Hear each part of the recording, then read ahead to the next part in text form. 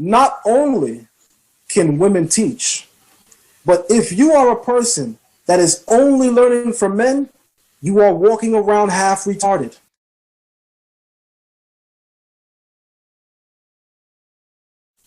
All right, I bought a book in 2016. I wrote a book in 2016 entitled Matriarchs of the Covenant. The book speaks on all of the matriarchs of the Bible, namely the Old Testament. And I highlight all of the intellectual and spiritual achievements of the women of the Bible. Before the Bible tells us that Deborah is married, before it even tells us that she's married or who she's married to, the first way she is described is not being the wife of so-and-so. The first way that she is described in the Bible is not being a wife. The first description the Bible gives of a Deborah is that she is a judge and a prophetess. Why is that significant, Moray? Because there are literally Israelites here teaching women that your greatness is in who your husband is. There are literally teachers out here telling these women, Moray, that your greatness is in who your husband is. Need I remind you, Moray, before the Bible tells us who her husband is, before the Bible even mentioned that she's married, it tells us she's a judge and a prophetess. Why does the Bible place emphasis on that before even describing that she's married? It's common sense, Moray. We have to understand that our women are capable of immense contributions. And this was the design from at the beginning. We talked about something called common sense, and that's a reoccurring theme, and I'm going to continue to say this. Notice how Eve does not fall under the authority of Adam until after the sin, which obviously then means prior to the sin, it was even Stephen. That's right. Or else how could the Bible say that she is now under her husband if this was the design from the beginning? So the design that the Creator saw from the beginning was that the two were even Stephen, intellectually speaking and spiritually speaking. The two, Moray, were truly one. I want to give all the praises and the honor to Yahweh Bahashem, Yahweh Shah Bahashem, Recha HaKwadash, and double honors to the elder apostles and the bishops of Great Millstone. Honors as well to you, brethren, you fellow believers of this truth, and shalom to the elect. I had to immediately do a video on this topic, as I did the video the other day, I believe, on Priest Daniela, and then it popped up according to that video I did. This pops up, and I just take a look at Zion Lex. I believe he's an Old Testament Israelite. I couldn't believe what came out of his mouth. He said Adam and Eve was equal prior to her sinning, right? He said Deborah, the prophetess, was called a prophetess before it was labeled as her being a wife. You knew what we were going at in the blue letter. A prophetess actually means the wife of a prophet. The wife, she has to be a wife of a husband. Let's go into prophetess real quick. I gotta look this up. I just did a video, I believe, yesterday on it. Ancient, endowed with gift of song, Miriam, later type, consulted the word Huldah, which Huldah, the prophetess, I believe, and told Josiah, I think, that for what I remember in the story, he built up the Lord's house, and the Lord had favor on him, and he sent Huldah to tell him when he sleep with his fathers, then the Lord would bring judgment on Israel. So these are also shameful things that happened even in the time of Deborah. These things that happened because they was going off. They was so wicked, right? And this is why when you go through reading the book of Kings, you had kings rise and fall, rise and fall. I remember one, Manasseh, who didn't last very long, and he was wicked, but I believe in Apocrypha said he repented or something. And it was just a lot of that going on, right? So the Lord used a woman to tell them what was going to happen. It ain't like Deborah picked up a sword and went out to war and started fighting. There's an order set up, right? I did the video on that, but I just wanted to touch on that anyway. False prophetess. It also means a prophet, generally inspired, implication, poetess associated with a prophet's wife. So anyway, when you go to Judges, the 4th chapter, where it is, Judges, the 4th chapter, he said it mentioned prophetess before it was the wife or something. This is wicked stuff, man. It says in Judges 4:4, and Deborah the prophetess, the wife of Lapidoth, which I believe was Barak. This is all it's saying. It just mentioned it because it was talking about her. And who is she the wife of? And what does it mean to be a wife? Second in nature. This is crazy, man. She judged Israel at that time. Why did it say at that time? That don't mean now. That don't mean women could just pick up and start judging. When Israel was in such a bad state, these things had to happen. Right? And what did she do?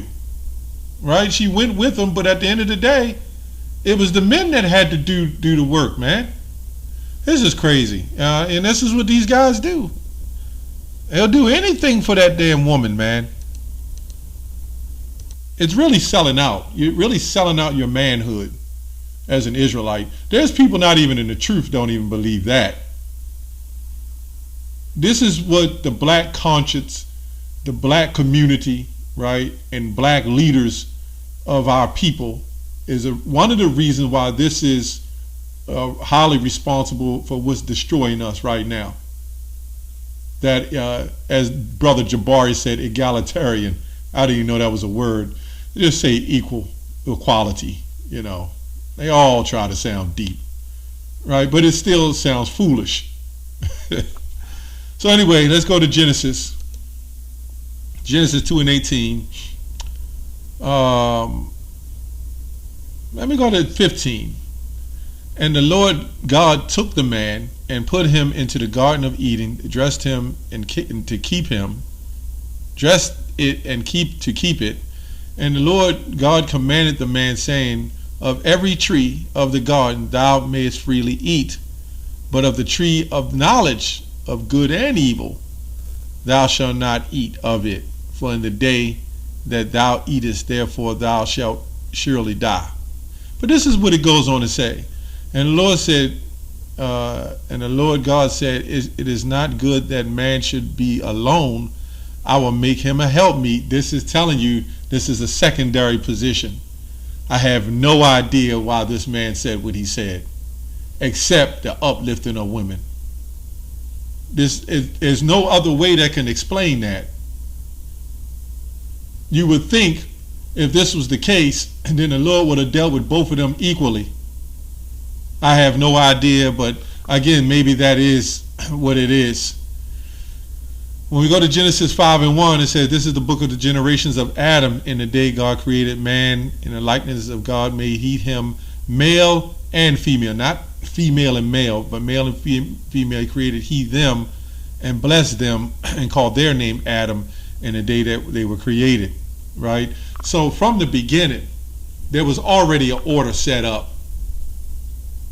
This is crazy, man. This is why when we go to Genesis, the third, 26th chapter? No, not Genesis 26. I think it's Genesis 3. I don't know, I lost it. But somewhere around there, Genesis, here you go, 3:1. Let me go here. Let me see what it says here. Okay, it says, now the serpent was more subtle than any beast of the field, which the Lord God had made. And he said unto the woman, yea, have God said, ye shall not eat of every tree of the garden. And the woman said unto the serpent, we may eat, right? This was said, we may eat of the fruit of the trees of the garden, but of the fruit of the tree which is in the midst of the garden, God have said, ye shall not eat of it, neither shall ye not touch it, lest ye die. And the serpent said unto the woman, ye shall surely not die.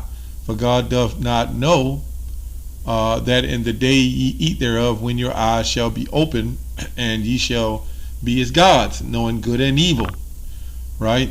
And when the woman saw that the tree was good for food, and this is not actually some real serpent or some big apple tree as they put in, movies, and that it was pleasant to the eyes, and the tree to be desired to make one wise, she took of the fruit thereof and did eat, and gave also unto her husband, right, with her, and he did eat, right? And this is why, fast forward, and a lot of you don't believe in reincarnation. We see the situation here with Adam, and then also with Solomon, who did kind of went off by the woman, right? All the son of the Most High. It went off by the woman. And this is why the example is staged for us. And this is why in Proverbs, I believe 30, he said, give not thy strength to women, because women destroy kings. So the situation here is why, let me go to the 1 Corinthians 10, no, not that, 2 Corinthians 11:3. It says, but I fear lest by any means, as the serpent beguiled Eve through his subtlety, so your mind should be corrupted from the simplicity that is in the Messiah. So clearly, Eve was what? Let's go here. Type this in. Let me see. It's 1 Peter 3:7. Let's see what it says. 1 Peter 3:7. Likewise, ye husbands, dwell as them according to knowledge, giving honor unto the wife as unto the weaker vessel, right? As being heirs together, right, of the grace of life. I don't know why everybody wanted to put as equal. And you would know that Proverbs 20:24 said, man's goings of the Lord. You should also know, just reading the scriptures, like in Romans the 9th chapter, with Jacob and Esau, the election was set before they was even born. It's like, do these guys even believe in the Most High? Do they not even know that, let's say this case was true and man and woman was equal until she sinned, that the Lord ordained the woman to be the weaker vessel from the beginning? If this was true, that the Lord created, like the Lord didn't know that she was going to be beguiled by the serpent. That's like a Christian doctrine. The Lord knew what he was doing. He set Satan up to do it. Right? So for everybody, everything that happens to us, the Lord is in control of it. The Lord already knew from day one who's going to be the head and who was going to be the tail. Let's go to 1 Corinthians since I'm there.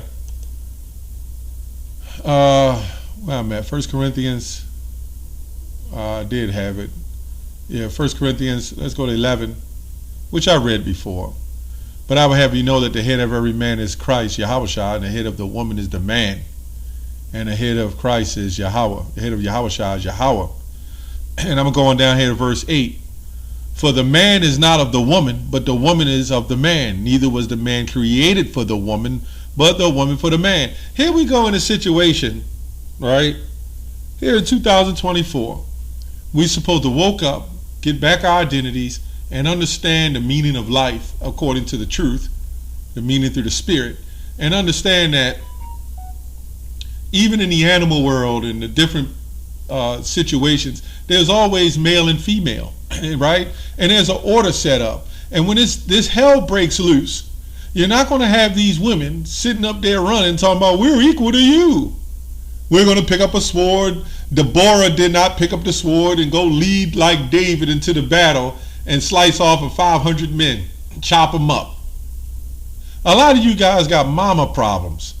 You got uplifting of the woman because you overly worship your mamas, right? That's what I see. A lot of these emotional guys that shoot everything and want to fight and do all these things to harm other men has gotten a spirit from their mamas, right, to hurt men and to uplift women, right? And in the middle of them claiming to uplift a woman, they're doing nothing but hurting the woman, man.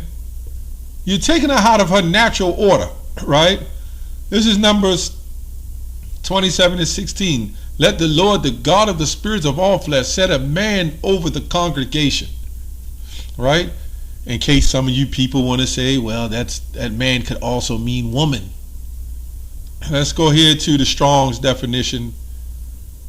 Wouldn't be right unless I look up a word or two. And this word here is the Strong's Hebrew 376. And it says man, a male, in contrast to a woman, female. Husband, right? Male, servant, mankind. Great men, right? That's what it is. No, you can't get around that either. So this is some weird doctrine, man. And I didn't want to make it too long, you know. But yeah, this is what it is, man. I don't know what's wrong with these jakes. They just have the uplifting of the woman spirit.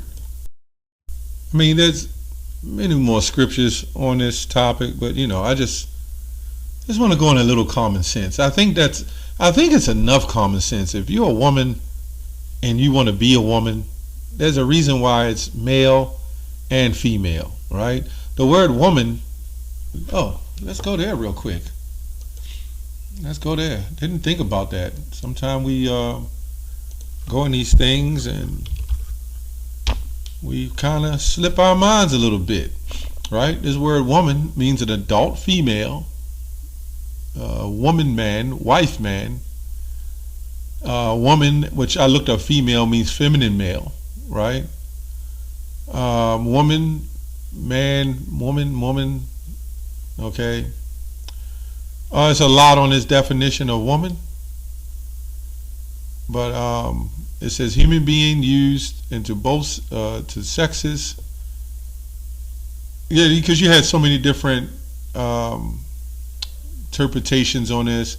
It even goes back to female human being. Jesus answers to his mother, right?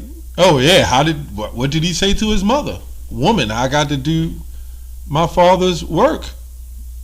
Right?